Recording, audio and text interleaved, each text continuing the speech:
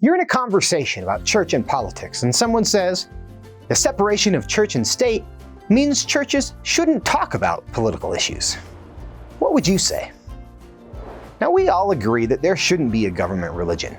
Those have been common throughout history, and America stands for the idea that government shouldn't force you to believe anything or punish you because of what you do believe. So in a sense, we do want church and state to be separate. But does that mean the Constitution prohibits religious organizations or even religious people from talking about what's happening in government and culture? No. And here are 3 reasons why. First, the separation of church and state isn't in the Constitution. The phrase separation of church and state is used so commonly that many people think it's actually part of the Constitution. It's not. It's not in the Constitution, it's not in the Declaration of Independence, and it's not even in local or state laws. The phrase originated in a letter that Thomas Jefferson wrote to a group of Baptists from Danbury, Connecticut. Now, they were a minority religion, and they were concerned about government powers being used against them.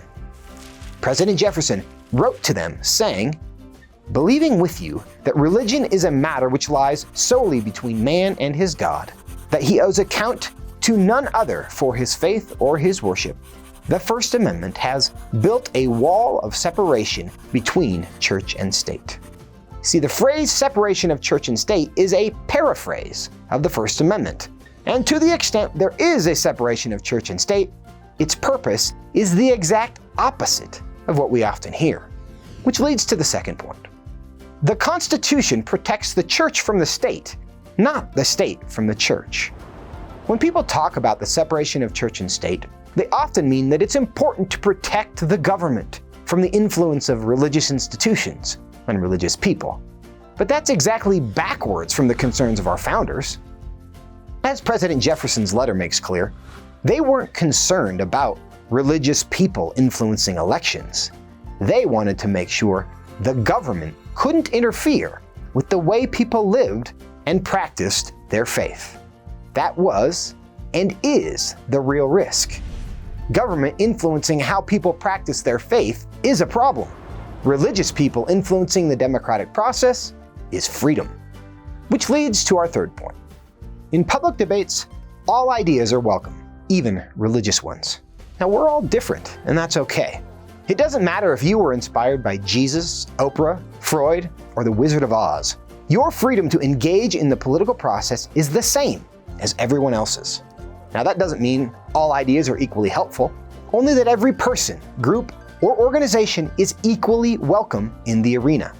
The idea that religious people are especially dangerous is not in the Constitution. It's in the minds of people who do not fear God, but do fear what could happen if people of faith were actively engaged in their community. The Constitution was not written to make some people afraid to talk about cultural issues or engage in public life. It was written to make sure no one was. So, the next time you hear someone say that the separation of church and state protects government from religious people and religious ideas, remember these 3 things. First, the separation of church and state isn't in the Constitution. It's a paraphrase of the First Amendment in a letter written by Thomas Jefferson. Second, the Constitution protects the church from the state, not the state from the church. And third, in public debates, all ideas and all people are welcome, even religious ones.